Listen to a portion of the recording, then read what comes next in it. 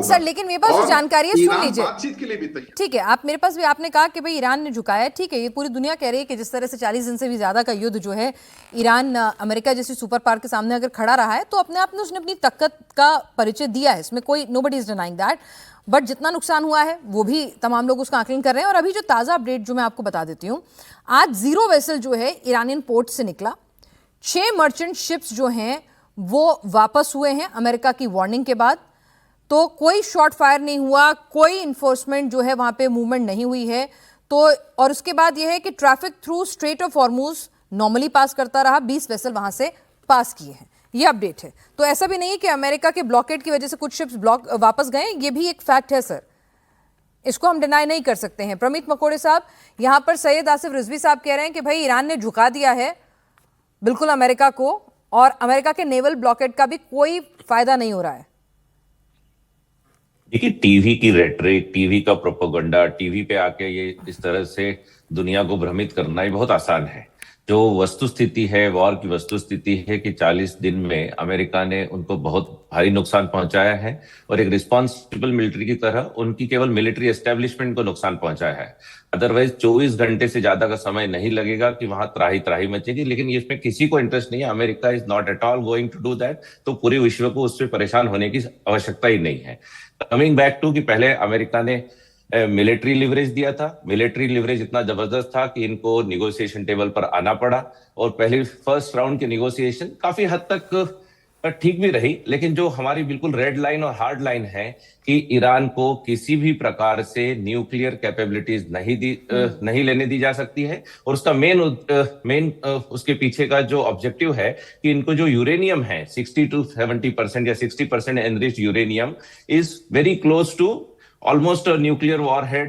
In next 30 to 60 days you can make a nuclear warhead. अगर इस तरह की रोग रजीम को आप न्यूक्लियर वॉरहेड लेने दिया जाए तो पूरी दुनिया को ब्लैकमेल कर सकते हैं, इसलिए वो किसी भी प्रकार से उस पर समझौता नहीं होगा।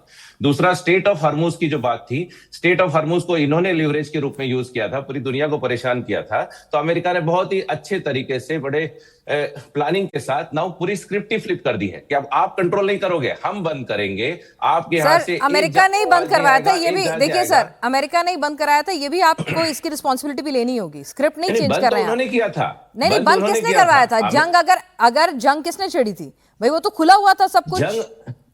जंग किसने छेड़ी थी? लेकिन बंद किसने किया? ईरान ने बंद किया। अब ईरान को क्या मैडम, हर रोज $200 मिलियन से ज्यादा का जब उनको नुकसान होने लगेगा, अगले 4-5 दिन में ये फिर से निगोशिएशन टेबल पर आएंगे। चलिए, तो सरेंडर करेंगे।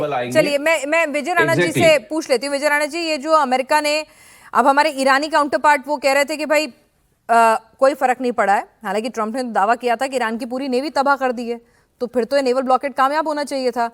प्रमीत साहब कह रहे हैं कि ट्रंप का जो नेवल ब्लॉकेड का प्लान है ये 4 दिन में ईरान को घुटने पे ला देगा, 40 दिन में जो नहीं हुआ 4 दिन में हो जाएगा।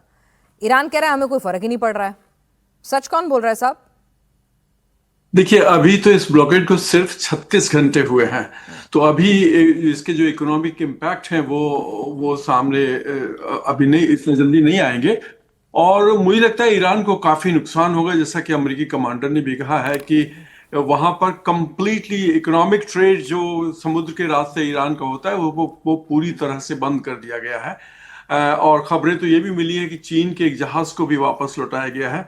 देखिए, हमें यहाँ ये नहीं भूलना चाहिए, अमेरिकी सैंक्शंस जब लगा करते थे तो उनमें बहुत सारे देश थे जिनको सैंक्शन वेवर दिए गए थे। उनमें भारत भी था, चीन भी था, Japan, south Korea, Turkey, Italy जैसे देश थे। लेकिन इस बार का जो ब्लॉकेड है वो बिल्कुल अलग है, और अमेरिका इस बात के लिए कटिबद्ध है कि वहां सी ट्रेड ईरान का पूरी तरह से बंद कर दिया जाए। 12 जहाज उन्होंने लगा दिए हैं। और देखिए, उसके लिए हमें यहाँ ये भी देखना चाहिए, हम व्यापक तस्वीर को देखें तो स्ट्रेट ऑफ हॉर्मुज में जहाज लगाने की जरूरत नहीं है। एक जो फुल्ली लेडन टैंकर है वो करीब 12 मील प्रति घंटे की स्पीड से चलता है, तो उसको कहीं भी रोका जा सकता है। तो अमेरिका की जो स्ट्रेटेजी है वो ये नहीं, केवल ऐसा नहीं, हॉर्मुज में वो भेजना भी नहीं चाहता अपने जहाजी बेड़े या इस तरह की कोई चीज भेजना।